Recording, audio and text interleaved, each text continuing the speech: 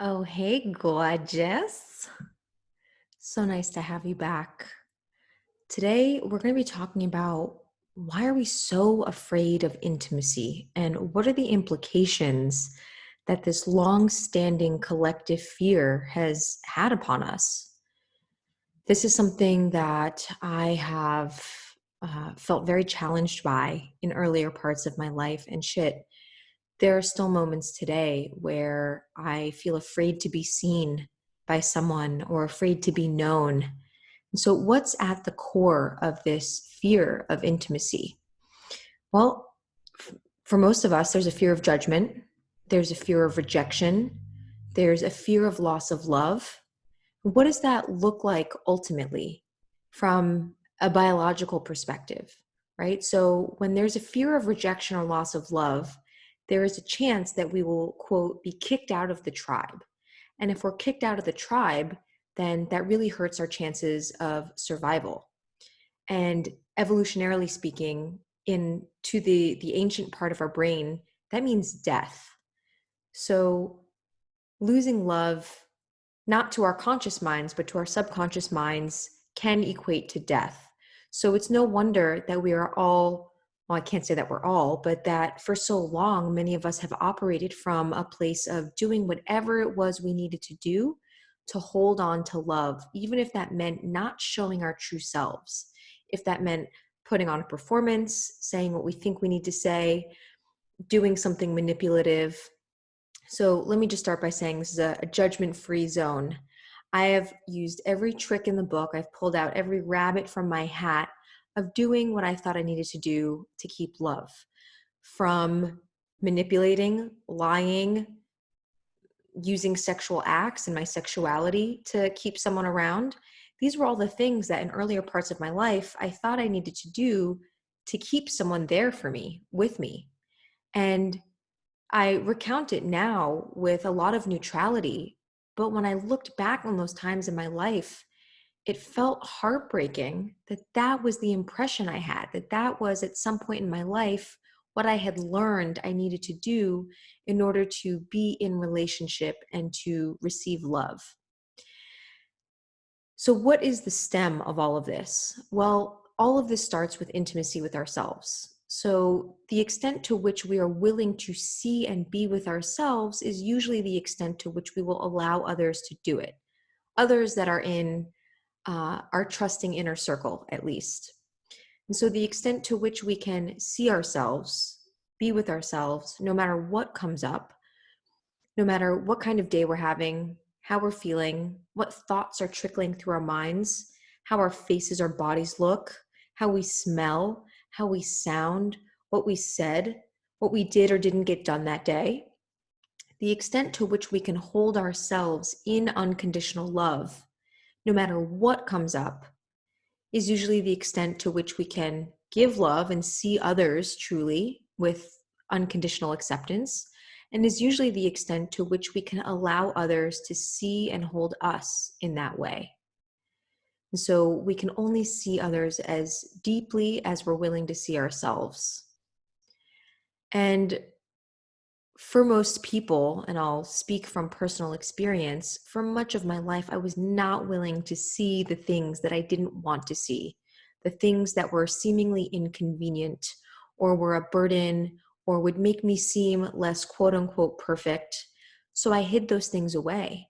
And the result of that was that, sure, I showed up in a lot of relationships, romantic and non, with an exterior, with a facade, with a veneer of needing to seem a certain way, because I feared that if someone didn't perceive me the way I thought they needed to, then they would withdraw their love. And what would happen to me if that were the case? And as a result, because I had that veneer on for how I saw myself and how I presented myself to the world, I showed up in a lot of relationships with a lack of presence because I was always looking for certain things to see in them. And because I wasn't truly there for myself, I wasn't truly there for others, not past romantic partners, family, friends, etc. And so, what are we doing in all of this time if we are not truly there in presence with ourselves and with others? Well, this might sound familiar. But many times we're overthinking or we're obsessively thinking, and we're living lost in thought, in creating this life that is completely driven by our perceptions of things. Now, that's what life usually is.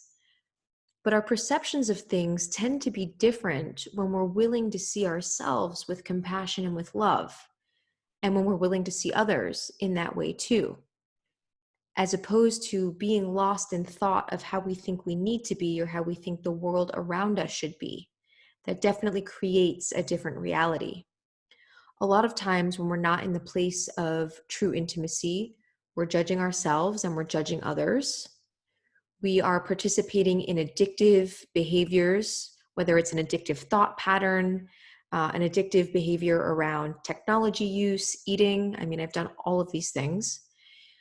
We are participating in distracting thoughts and in numbing behaviors because there is a fear of seeing ourselves and checking out what's under the hood and potentially not liking what we see and not knowing how to hold space for ourselves in that kind of experience, how to hold the tension or discomfort with what's under the rock when all the creepy crawlies come out. And a lot of times when we are outside of intimacy and presence, we're also in a sense of speediness, restlessness, or complacency. The either I don't have enough time, I can never make a change, I don't know how, I don't have the tools. All of these thoughts appear for us, as well as an underlying sorrow. Even if we can put a good game face on day to day, there's this underlying sorrow that simmers across the surface, and we're never able to truly drop in.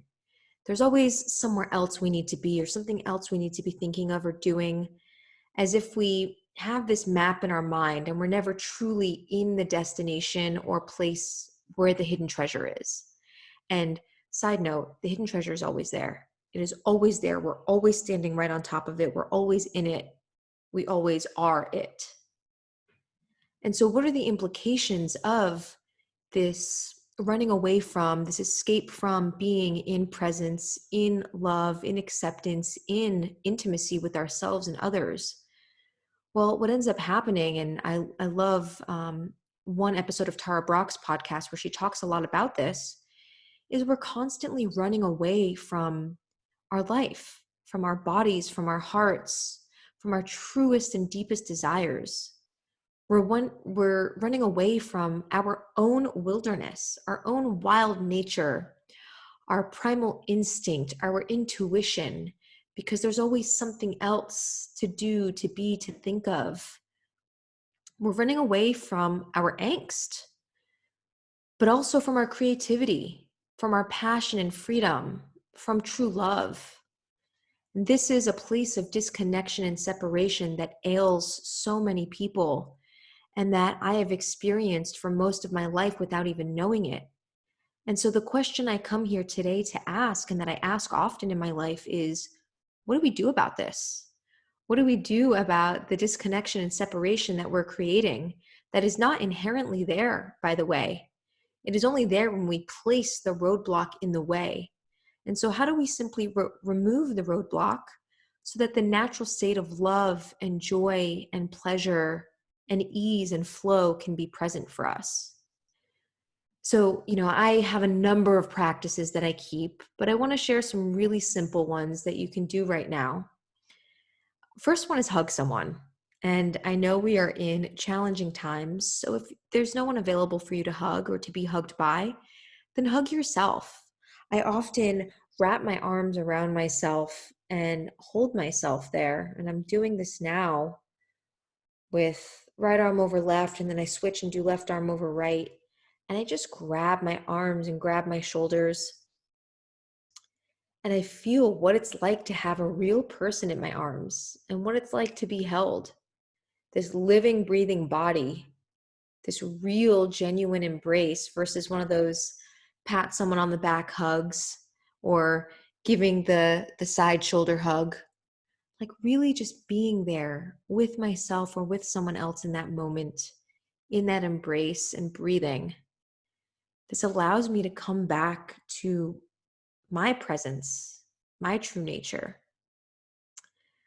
Also, making a practice of expressing tenderness and compassion toward ourselves and toward others. That was something that I really had to tap into this morning because I woke up on the shit wrong side of the bed. And it was helpful to be gentle with myself this morning, to go slow, to journal, to tap into the practices that allow me to remember that I am a being of love at my core. Sure, do I have some shitty feeling thoughts and feelings and sensations sometimes and sometimes often? Yeah. And those practices this morning, the practice of tenderness, of placing my hands on my body, of going slow, of remembering that I want to show up for myself today in a way that's gentle and nurturing, really allowed me to tap into the space between my racing thoughts around what I need to get done or what I need to do to quote unquote be worthy today.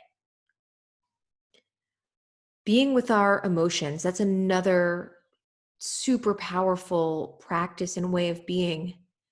Even if it means being with the feeling of sadness or discomfort or angst or grief or anger or joy or orgasm or elatedness, fully in that experience for 10 to 15 seconds,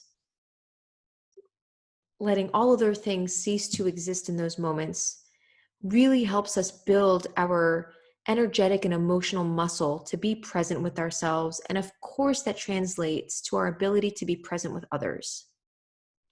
So holding that tension or that feeling there can allow us to build on it so that we can build the capacity for presence and acceptance. I love a daily being with myself practice. And that means finding some way, whether it's a meditation or a moment to moment choice for presence, paying attention to the moment on purpose. And it doesn't matter for how long, but just creating a regular rhythm of pausing and reconnecting. That's what counts the most. So let's try it for a moment, even for 10 seconds. Just allow your face to soften. Notice what expression you might have been holding. Take a deep breath in, expanding the belly out.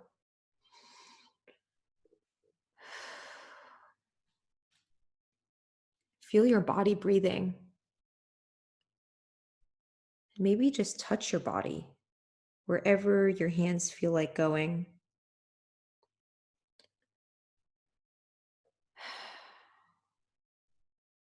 And just being with whatever's coming up for even the next 10 seconds.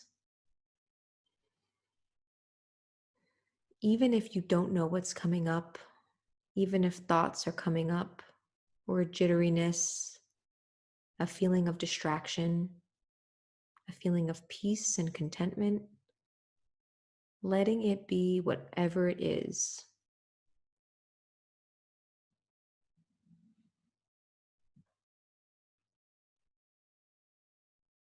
And when you've noticed that, if it feels good, letting a smile turn up onto your lips, because you fucking did it.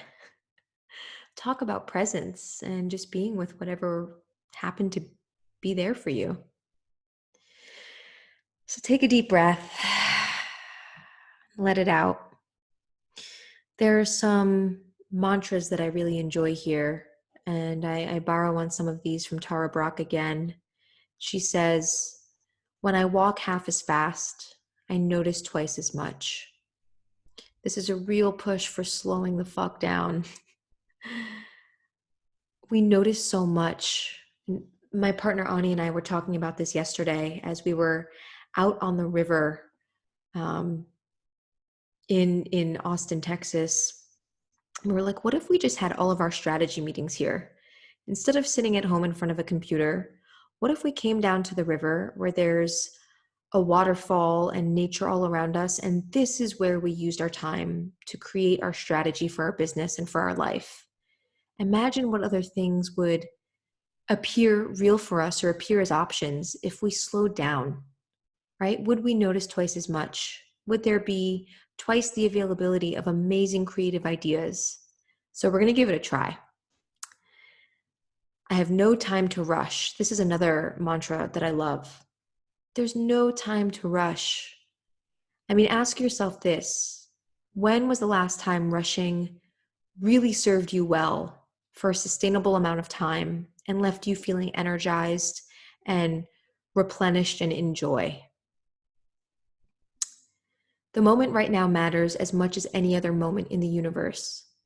If I can't notice the mystery right here, right now, I'll miss other things.